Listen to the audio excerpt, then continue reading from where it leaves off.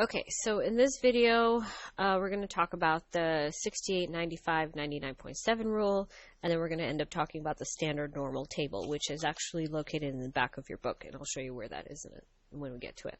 So, a normal curves is what we left off on, because they're single-peaked, roughly symmetric. We can create a density curve to mimic the values. Although they're very normal curves, they all have properties in common. And one of the bigger properties is the 68, 95, 99, 99.7 rule. So this is what it's saying. Approximately 68%. So remember, everything under the curve has an area of 1. So everything under the curve has a percentage of 100%. So everything should be covered under the curve. If you go out one standard deviation from your mean, so I'm gonna do the mean over here. Okay, this is gonna be my x bar. So this is gonna be my mean. If you want to call it mu, okay, fine, we can call it mu. But so x bar or mu, one of the two, whichever you prefer. 68% of the data is going to be within one standard deviation of the mean, and there really should be a 1 and then sigma. So one standard deviation within the mean. So one standard deviation within the mean, either to the left or to the right. So going out, so 68% of your data, I know this has color. So this and this together, I don't have color on this, so you probably already comes in if you're printing this out in the PowerPoint's in color. But so everything in orange that I have here, okay, is 68%. All right. Now you can even cut that even further in half if you really think about it. So half of 68 is going to give you what, 34, right? So technically 30, this is about like 34% over here. This is 34% over here. Together it makes 68%. Okay. Now that's within one standard deviation of your mean. All right. 95% of your data should be within 2 standard deviations of your mean. That's 95%, including the 68%. So let's see if I can do this without bungling up this chart too much. So between here and here, oh boy, okay, I'm going to try my best here. Okay, so between here of your data and here of your data, everything, shoot, let me see if I can try to do this in the color. So everything including the 68%, plus everything in green that I'm doing over here should be added up to 95%. So from here to here should be 95%. Okay, so if that's true, and these have to be equal pieces, right? 68%, and this is how I usually do this. So I go, okay, so 95% minus 68%, that's going to give me, oh, I don't know what that is. I'm not doing that in my head. 95 minus 68. Okay. 95 minus, nope, minus 58. 27. Okay. And then I take, okay, well, the green, just the green by itself has to be 27, because 27 with the green plus 68 in the orange has to add up to 95. So if I take 27 and if I divide it by 2, I should get 13.5. So this area here in green is 13.5. This area here in green is 13.5. So my green plus the orange should come out to 95%. Okay, so everything green, green plus orange. Okay, now, here we go. And then all of your data, okay, if you have a good data plots going on, should fall within 3 standard deviations of your mean, and it should be roughly about 99.7 of your observations should fall within 3 standard deviations of your mean. So I can do that, I don't know, in purple maybe? Yeah, we could do purple. Okay, so this part right here, okay, plus the green, plus the orange, should all come out to 99.7. So everything should come out to 99.7. All right, well, I already have 95% with the orange and the green. So I usually do, 99.7 minus 95, right? And I go, okay, what is that, like 5%? No, not even that. That's less than 5%. 99.7 minus 95. I don't go around memorizing the stuff, so about 4.7%. And then I say, okay, well, these two have to be even. So I cut 4.7 in half. And I get, what is this, 13.5? And then I get, I don't know what that is, 2.35. Okay, so that's 2.35. So this over here is about 2.35. And then this over here is about 2.35.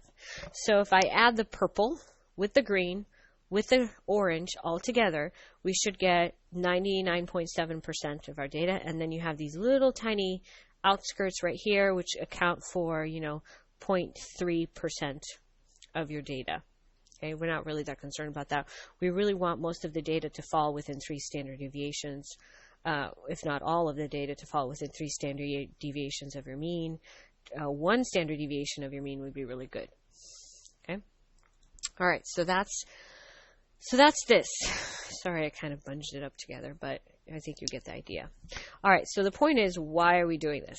And we're doing this because we want to know location. Again, the whole point is to figure out an individual data point or an individual's score, whatever you want to call it. And you want to know how far away is it from the mean, because you want to know if it's significant or not. Is it important then if a data point is, 3 standard deviations above the mean? Or is it important if they're 2 standard deviations below the mean? You want to know that information about a certain data point. All right, and that brings us to our first example. All right, so here's an example that shows how we use 68, 95, 99.7 rule to estimate the percent of observation in a specified interval. Okay, so the distribution of ITBS vocabulary scores for 7th graders in Gary, Indiana is N, so normal, which is good, and this was your X bar, or your mean, and this was your standard deviation. All right? So we want to know where do these actually fall? And not only that, the question is what percent of TBS vocab scores are less than 3.74, and then show your work. What percents are scored between 5.29 and 9.94, and then show your work.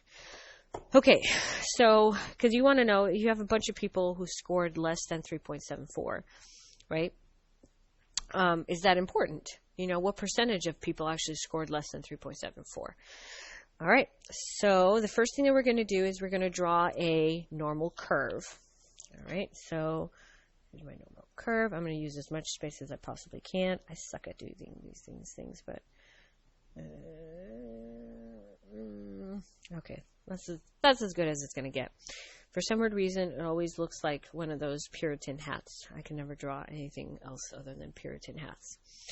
All right, so our mean is going to be at 6.84. So I'm going to do 6.84, and I know that's the mean. So on a normal curve, your mean is always going to be in the middle. All right, has a standard deviation of 1.55, and so that's 1 standard deviation. Okay. I know if I go out 1 standard deviation, I'm going to get to 1.55 above 6.84 and 1.55 below 6.84. So then I usually say, okay, well, I'm going to be at, let's see, do I want to do the ITBS scores on the bottom or on the top? Actually, this might work out better if we do it. I'm gonna do kind of like a parallel thing going on. Okay, I'm gonna put the score here, 6.84. Okay, so we're gonna go out 1 standard deviation, -1, 2 standard deviations, -2, and then most of our data is gonna fall between 3 standard deviations. Okay, so 6.84 is your mean. Here, your X bar. or mu, whatever you want to call it. And 1 standard deviation means I'm going to go out 1.55. So 6 plus, what do we have? 6 plus, where's my calculator? 6.84 plus 1.55 is going to put us at 8.93. Okay. 8.9, oh, sorry, 8.39, my bad. 8.39 this way, and then plus 1.55, I'm going to add it one more time. It's going to put us at 9.94, then plus 1.55 one more time. It's going to put us 11.49, and then backwards. So 6.84 minus 1.55 puts us at 5.29. I'm just labeling them, obviously. Minus 1.55 is 3.74. 1.55 is 2.19. Okay. So we know if we go out 1 standard deviation, we're going to end up at 8.39. If we go out 1 standard deviation below the mean, we're going to end up at 5.29, and 1, 2, 3, 1, 2, 3. Okay, now the question is, or the first question was, what percent of the ITBS vocab scores are less than 3.74? So less than 3.74 would be, let's see, 3.74 is 2 standard deviations below the mean. So we're looking at everything over here, right? 2 standard deviations below the mean. So if we go back to, if you go back to,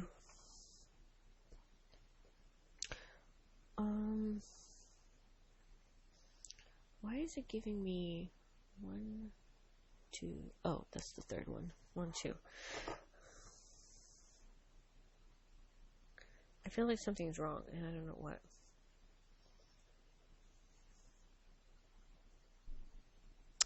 It should be 2.35, but I'm getting a funky answer. Hold on a second. 1, 2.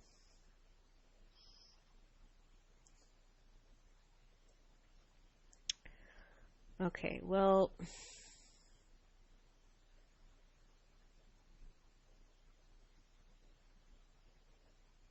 I don't know why this thing's giving me about 2.5. It shouldn't be about 2.5. It should be about 2.35. Did I do something wrong? 99.7 minus 95. Oh, I did that part wrong. Yes, I totally did that part wrong. Okay, that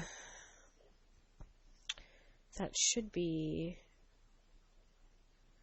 I feel like I did this. Should be 2.5 up here, not 2.35.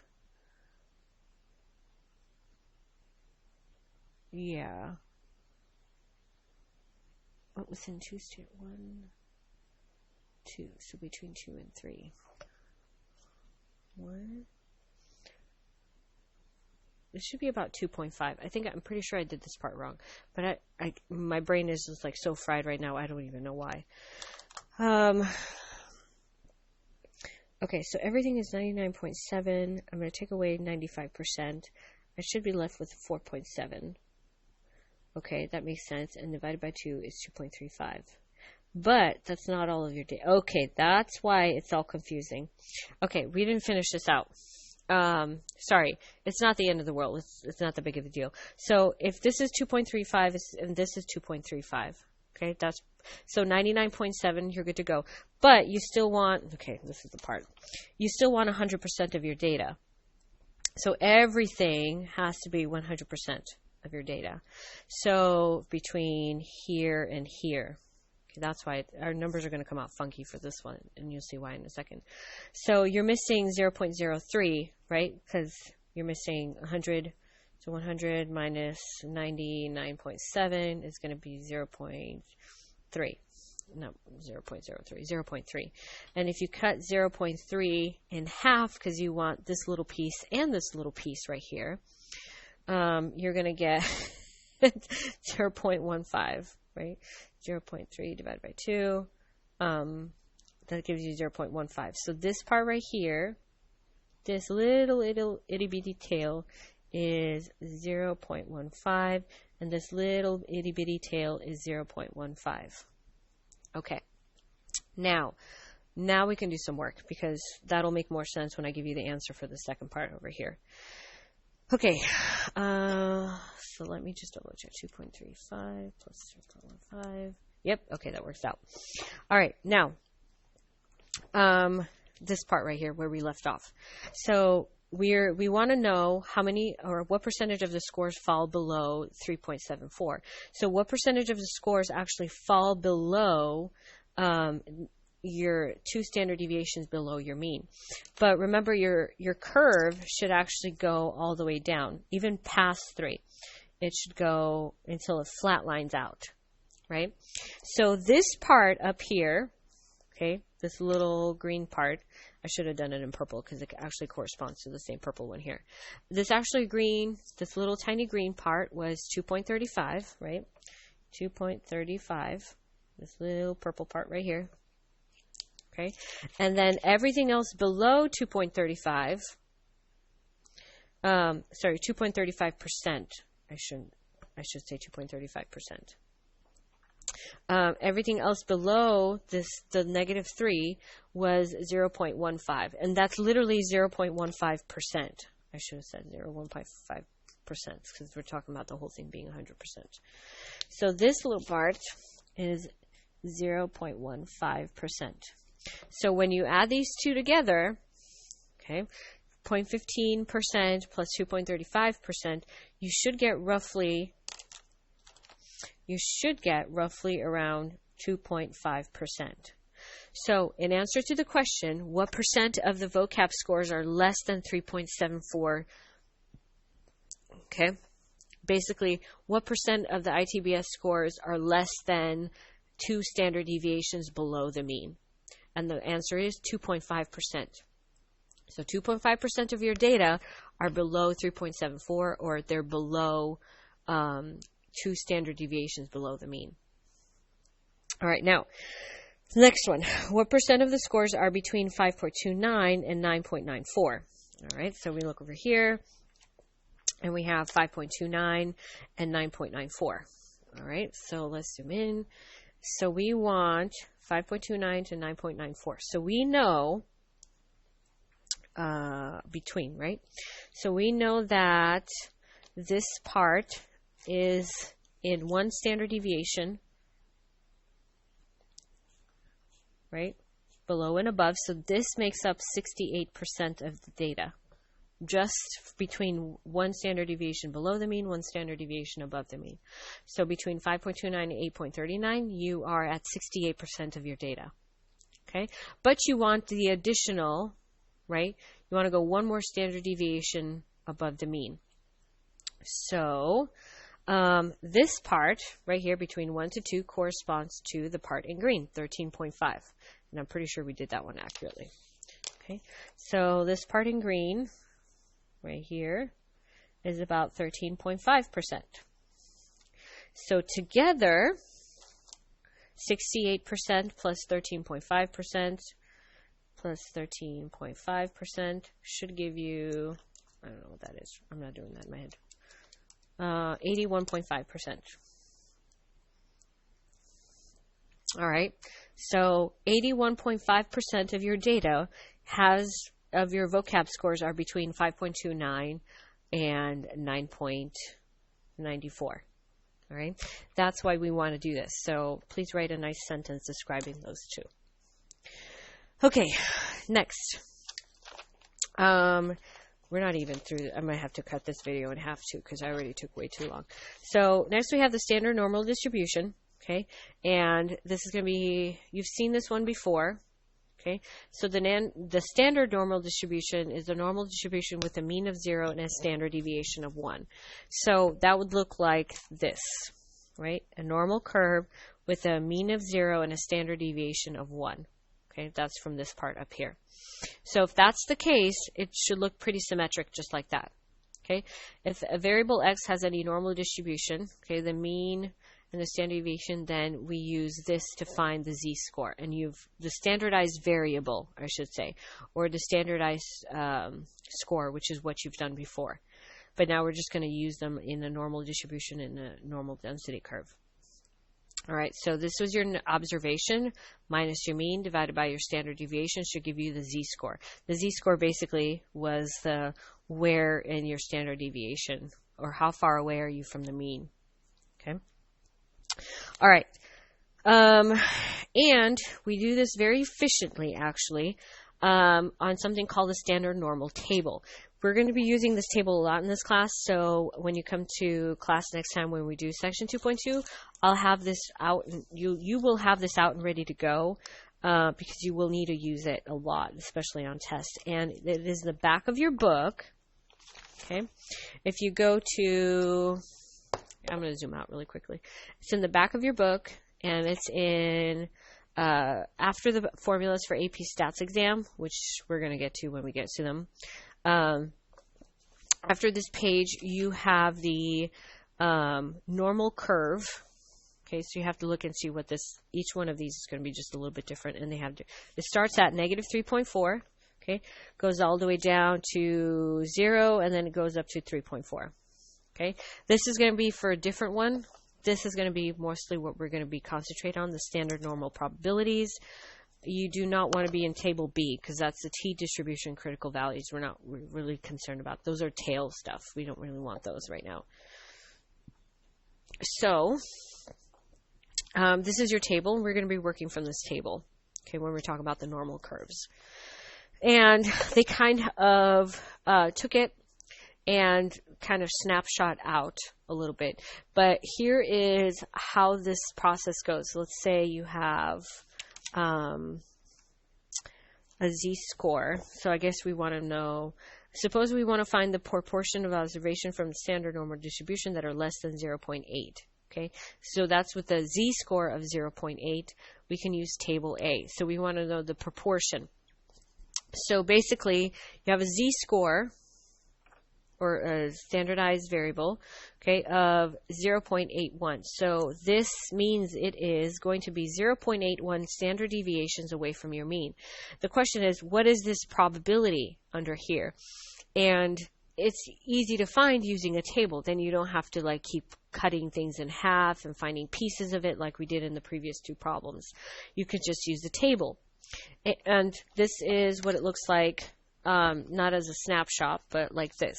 So I would say, oh, okay, a z-score of 0.81. Okay, so I would say, okay, a z of 0.8 is right over here, and then 0.01 would be, so this is the 10th digits, that's the 100th digits. 0.9 gives you a probability of 0.7910. Okay, so I go over here and I say, okay, 0.7910, which basically gives me 79.1%. So 71.9% of my data are below my standard deviation is 0.81. So all of these things here, all the shaded area is 79.1% of the area that is underneath my curve. Okay? All right, so that's your normal curve. Now, the next two are going to be where most of this work comes into. So just follow along as best as you can. You might have to pause, write down, and then backtrack a little bit. So if we wanted to find the proportion of observations from the standard normal distribution that are greater than negative 1.78, okay, so this is a typical problem. This is basically finding the area to the right, because most of these scores, when you pull them out, always give you the area to the left of the z-score. Okay, we want to know, well, how do we find the area to the right of it? Okay, that should be pretty decent to do. So first thing I always do is make a graph, because that always helps me at least orient myself. All right, so I know this is going to be at 0. That's going to be my mean. Negative 1.7 is going to be somewhere over here, right? This is negative 1. This is going to be negative 2. So negative 1.7 is somewhere probably over here. 1.78. All right. So what you can do is very easily is, what is all this area to the left of negative 1.78? All right. Well, then we go to our table. negative 1.78. All right, we're here.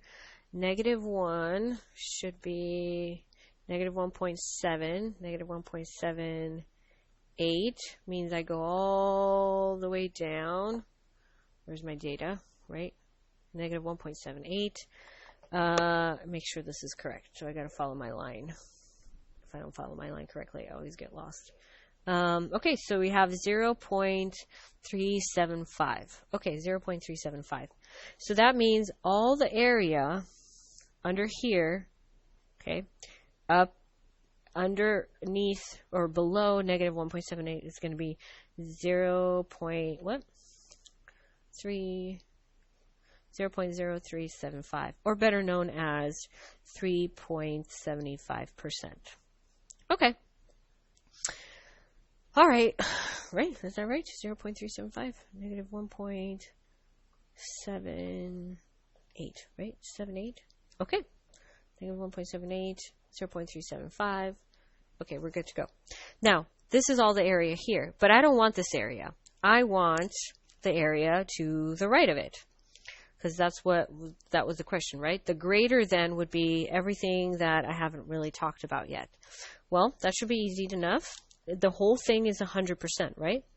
All right, so 100%, subtract out what you don't want, so 3.75%, and you should get, I don't know what that is, 100 minus 3.75 should give you 96.25%, or a score, or the area under the curve as, well, I'm just going to go with 96.25, or 0.9625.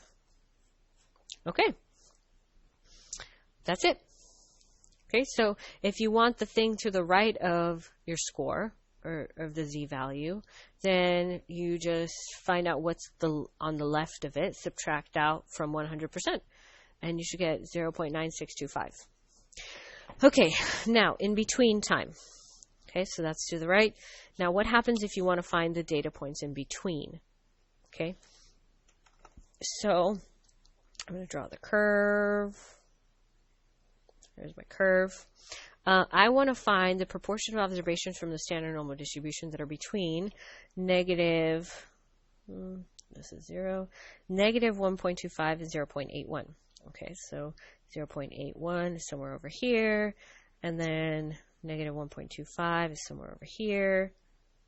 Okay, you can start to see that I'm really starting not to pay that much attention to how many standards, like writing in 1 standard deviation away, 2 standard deviations away, but you're going to get the gist of it in a second. So I want to find the area in blue, okay, because that's what I want to find, the area in between those two values. Okay, so this is kind of like this is a two-step process. This was really more of a one-step process. Find this, subtract 4 from 100, and you're good to go. This is a two-step process. We're going to be finding the area. Okay, I'm going to do this twice, and you'll see what I mean in just a second. Okay, we're going to find the area to the left of 0.81 first, and then we're going to find the area to the left of negative 1.25, right? And when we do that, we can subtract from each other, and then we should be good to go. Now, 0.81 we did. I'm pretty sure, didn't we do that on the other slide? No, please tell me we did. Yep, we had it, okay? So I'm not going to do this again. There's no point. So anything that was less than 0.81 was 79.1%, all right? So that means everything here is 79.1%. All right. Now, everything to the left of negative 1.25, we actually found it in the first one, even though we didn't need it, we're still going to use it. Everything to the left of, oh wait, negative 1.25. We didn't do that one. Darn it, that was 1.78. Okay, so let's look it up. We have negative 1.25. Where are my z tables? Negative 1.25. Okay, so I'm going to go to negative 1.2, and I'm going to go across to 5, and that's 0.1056. 0.1056. 0.1056. 0.1056, or better known as 10.56%. Okay, so we have 10.56%, right? And we have this whole orange piece. So I'm going to do this real quick. The whole orange piece, right, is everything here. Sorry for the double colors. Okay, the whole orange piece is that big giant hump, but I only want the blue piece, right? I only want this blue area over here. Okay, so that means if I can figure out, there's the orange piece, if I can figure out how to take off this little tail part right here, then I should have the blue piece left over. Well, we could. The tail part is the orange piece. I'm sorry, not the orange piece, the pink piece, which is this part right here. This part right there is 10.56%, right? So if we have the orange piece and we have the pink piece, we can cut that pink out, and what's left over should be everything in blue. Hopefully that makes sense to you. Okay, so we have the orange piece, 79%, and I'm going to cut out, basically subtract out my 10.56%, and whatever's left over, I should have the area in blue. Okay, so 79.1, and I'm going to take away 10.56. I should be left with 68.54%, or 0.6854, whichever you want. Okay, so hopefully that makes sense, because we're going to be doing a number of these, especially in the practice stuff. All right, and then what's left is a slide on working backwards, which is kind of easy to do, but you still need a table for this. So working backwards is basically going from areas to z-scores. So if you know that the area under the curve for this thing, it says 0.90, I think. Area under here is 0.90, or just 90%, whichever you prefer.